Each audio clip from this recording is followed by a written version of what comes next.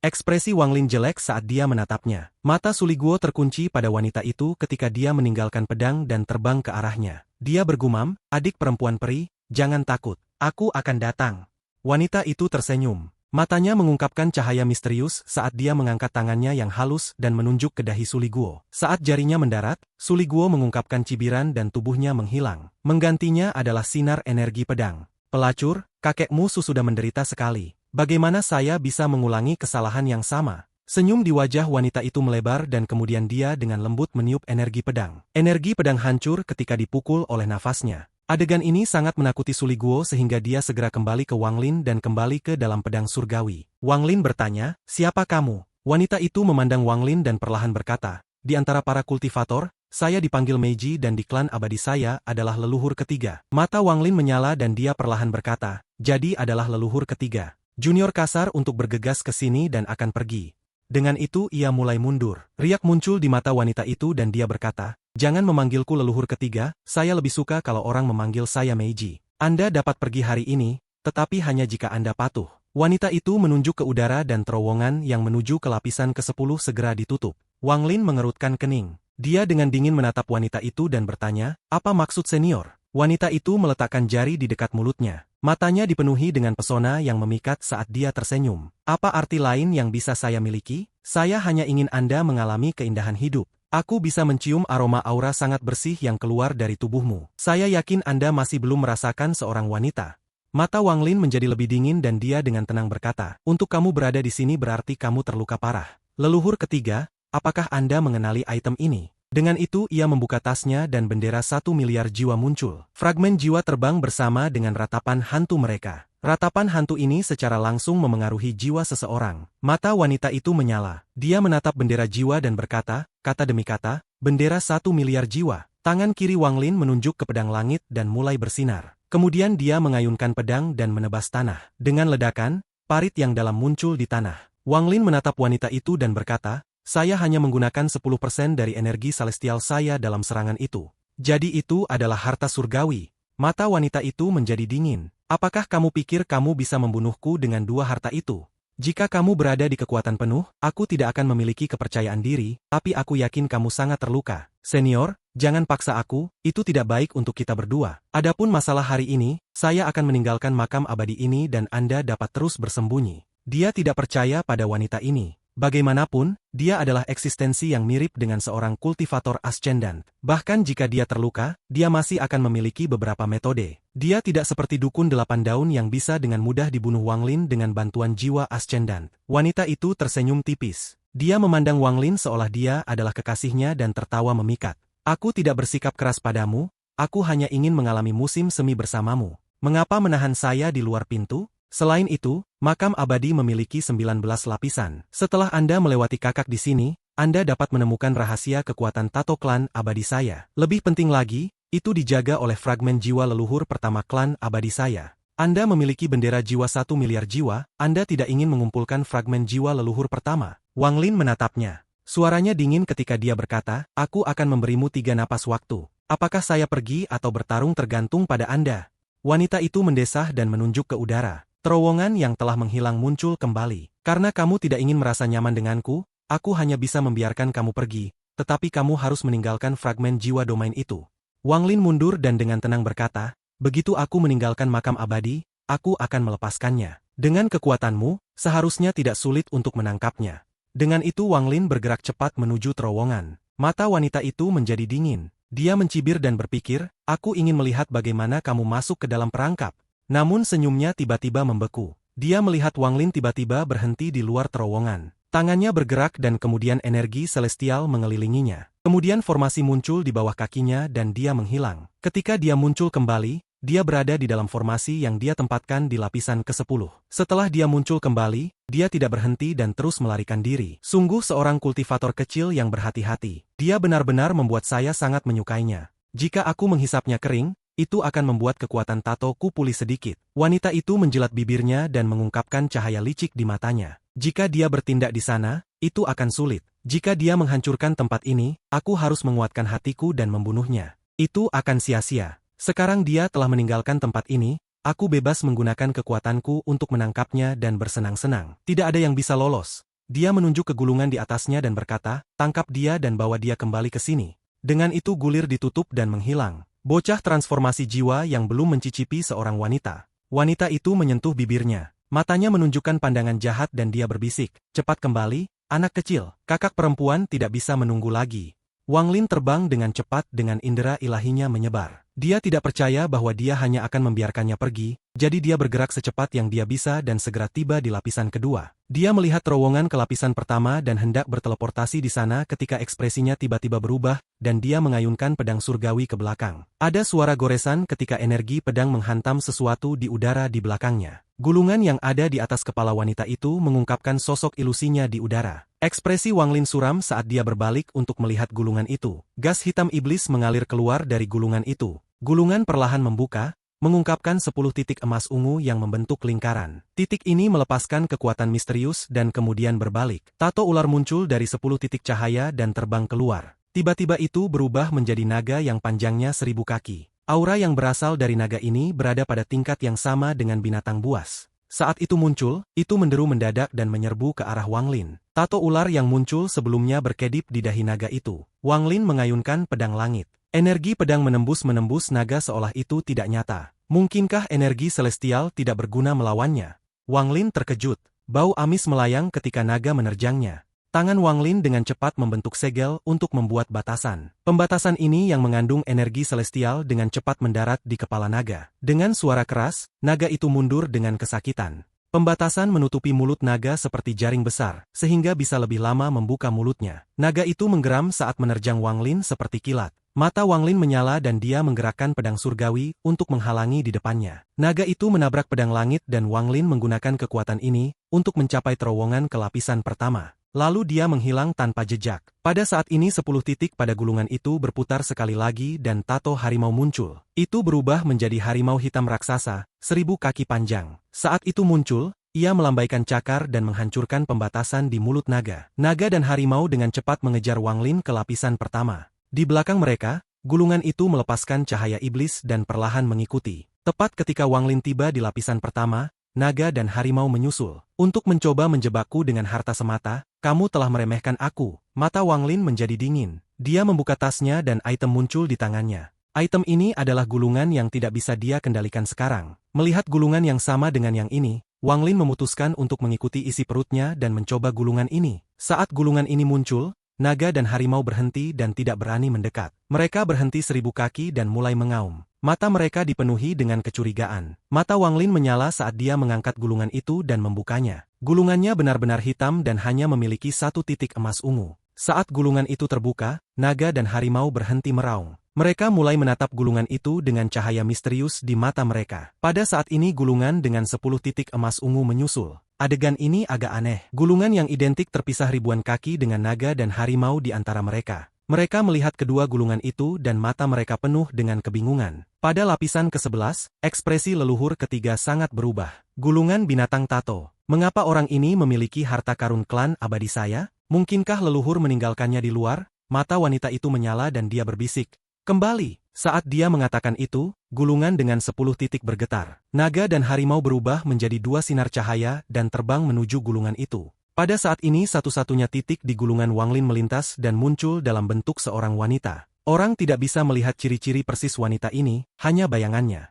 Wanita itu mengangkat tangannya dan memanggil tato naga dan harimau. Kedua tato itu langsung bergetar dan kemudian tanpa ragu terbang ke wanita itu. Kedua tato itu melingkari wanita itu seolah mereka sangat bahagia. Tak lama setelah itu, wanita itu perlahan kembali ke gulungan dan mengikutinya adalah 2 tato. Leluhur ketiga di lapisan ke-11 segera batuk darah. Ini adalah cedera yang disebabkan oleh binatang tato yang dicuri. Wajahnya dipenuhi syok. Leluhur siapa ini? Dia rela menyegel dirinya sendiri di gulungan binatang tato untuk menjadi binatang tato sendiri. Leluhur ketiga menarik napas dalam-dalam, kemudian dia menunjuk ke dahinya dan tanaman 9 daun muncul. Gulungan tato binatang, kembali. Gulir di lapisan pertama dengan cepat ditutup setelah leluhur ketiga memanggilnya dan menghilang. Mata Wang Lin menyala. Tanpa sepatah kata pun, dia mengambil gulungannya. Dia tidak punya waktu untuk memeriksanya saat dia terbang menuju pintu keluar. Di lubang raksasa yang mengarah keluar dari makam abadi, Wang Lin mengelilingi dirinya dengan fragmen jiwa sekali lagi untuk melewati pohon. Sekarang malam di luar dan benar-benar gelap. Saat dia keluar, dia menghilang sekali lagi tanpa jejak.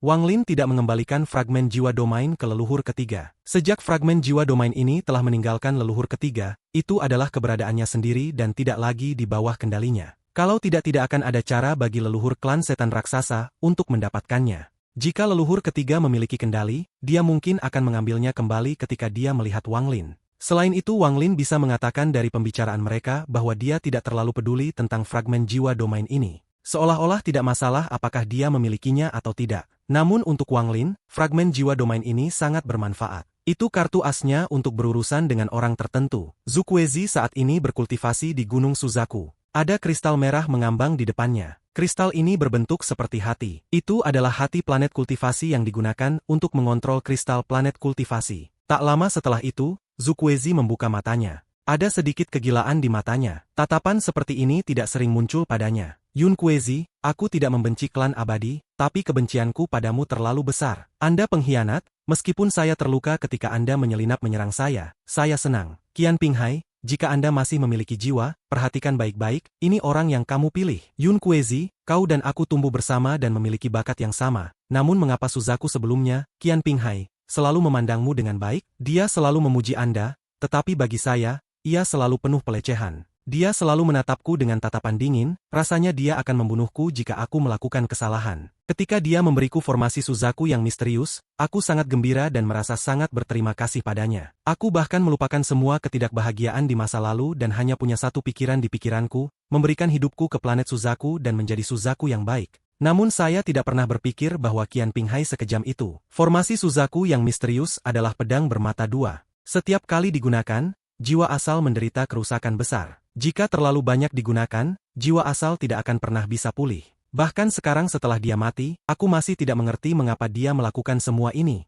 Jika bukan karena fakta bahwa aku telah diam-diam merencanakan selama bertahun-tahun dan akhirnya mendapatkan kristal planet dari Suzaku terakhir ketika dia meninggal, aku khawatir Suzaku generasi ini bukan aku. Qian Pinghai, kamu buta untuk menunjuk Yun Kuezi sebagai Suzaku selanjutnya. Jika saya mengikuti perintah Anda dan memberi Yun Kuezi kristal planet, planet itu akan diambil oleh klan abadi. King Pinghai, kau tua bangka, aku tidak mengubur tubuhmu di makam Suzaku tetapi menjualnya ke mayat sekte. Itulah satu-satunya cara untuk menenangkan kebencianku padamu. Qian Pinghai, kebenaran membuktikan bahwa aku adalah orang yang paling cocok untuk menjadi Suzaku berikutnya. Anda salah saat itu, sangat salah. Orang tua ini mencari di seluruh planet dan akhirnya menemukan Qian Feng di antara keturunanmu. Orang ini memiliki akar semangat yang sama dengan Anda dan dia juga mirip dengan Anda. Setiap kali saya melihatnya, kebencian saya untuk Anda meningkat sedikit. Orang tua ini akan membesarkannya dan memberinya formasi Suzaku yang misterius. Setiap kali saya melihatnya menggunakannya, hati saya akan dipenuhi dengan sukacita. Ini satu-satunya cara bagiku untuk membalasmu atas apa yang telah kau lakukan padaku. Yun Kuezi,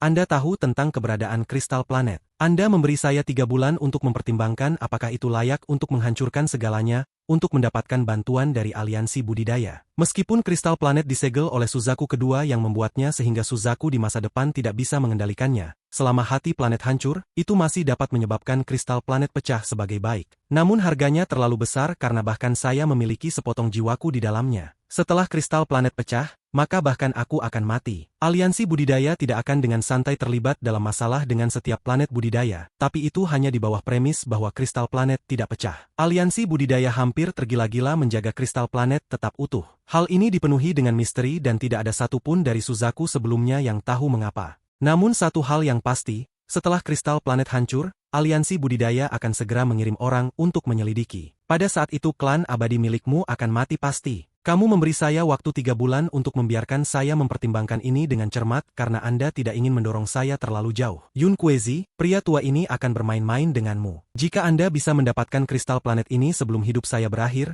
maka saya tidak punya masalah untuk memberikannya kepada Anda. Tapi begitu Anda kalah, orang tua ini harus menjadi gila dan menghancurkan kristal planet untuk menyeret klan abadi Anda hancur bersamaku. Orang tua ini tidak bisa menjadi Suzaku pertama, tapi aku masih bisa menjadi Suzaku yang terakhir. Jangan beri aku kesempatan. Kegilaan di mata Zukwezi semakin dalam dan dia mulai tertawa seperti orang gila. Di sebelah barat benua Suzaku adalah dataran. Dataran ini dipenuhi ribuan gubuk sederhana. Ada kultivator yang berkultivasi di dalam dan di luar gubuk. Sebagian besar kultivator ini adalah murid sekte dari negara budidaya peringkat 5. Tempat ini adalah garis pertahanan barat. 3 bulan gencatan senjata adalah waktu yang tepat bagi mereka untuk pulih. Namun itu tidak berarti bahwa mereka telah lengah, masih ada sejumlah besar kultivator yang berpatroli. Area yang berjarak 5.000 km dari mereka ditutupi oleh awan hitam. Itu adalah tempat di mana pasukan serangan barat klan abadi berada. Di tengah-tengah kamp kultivator ada gubuk yang sangat mewah. Qian Feng duduk di dalamnya dengan Red Butterfly di belakangnya. Ada kebingungan di matanya bersamaan dengan perasaan perjuangan yang sangat tersembunyi. Mata Qian Feng seperti kilat saat dia menatap awan hitam di kejauhan. Ekspresinya sangat suram. Apa yang dipikirkan orang tua itu? Segalanya menjadi terlalu berbahaya. Kita mungkin menyerah di planet Suzaku dan pergi jauh kemudian kembali ketika kita memiliki kekuatan untuk menang. Jika kebuntuan ini berlanjut terlalu lama,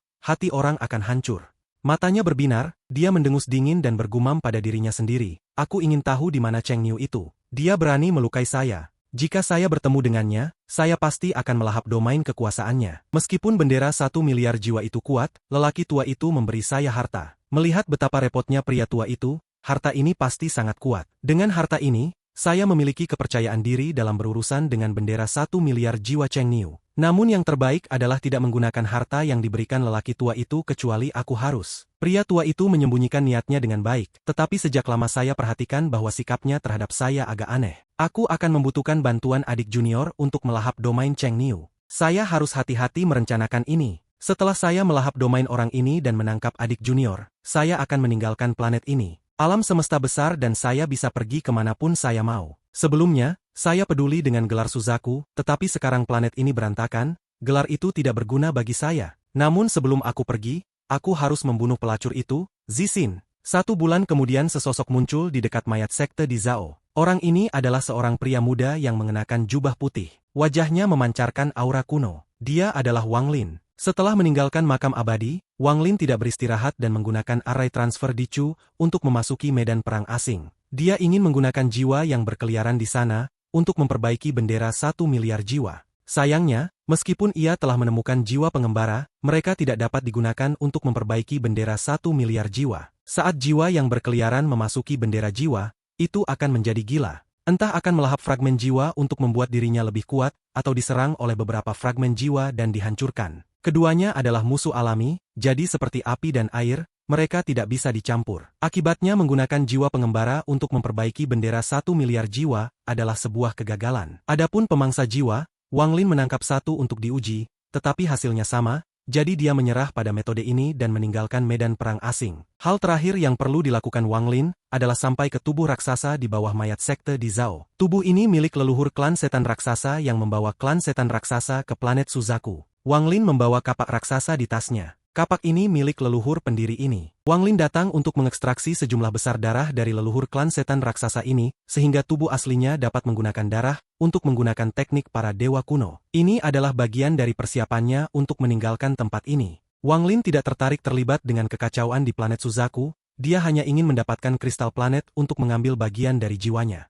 Kemudian dia akan pergi ke planet Tianyun untuk menemukan Olser dan menjadi muridnya. Dia kemudian akan berkultivasi ke ranah ascendant di bawah langit baru. Dia pasti akan kembali ke planet Suzaku di masa depan, tetapi pada saat itu dia tidak akan menjadi orang yang terjebak dalam rencana orang lain, dia akan seperti seorang kaisar yang Suzaku saat ini harus hormati. Dan aku pasti akan memiliki kesempatan untuk melihat organisasi yang kuat seperti apa aliansi budidaya ini sebenarnya. Wang Lin menarik napas dalam-dalam. Saat dia melihat ke langit, keinginannya untuk pergi meningkat. Namun sebelum pergi, meskipun saya tidak punya cara untuk berurusan dengan Zhu Kuezi, saya harus menguji dua muridnya, Liu Mei dan Qian Feng.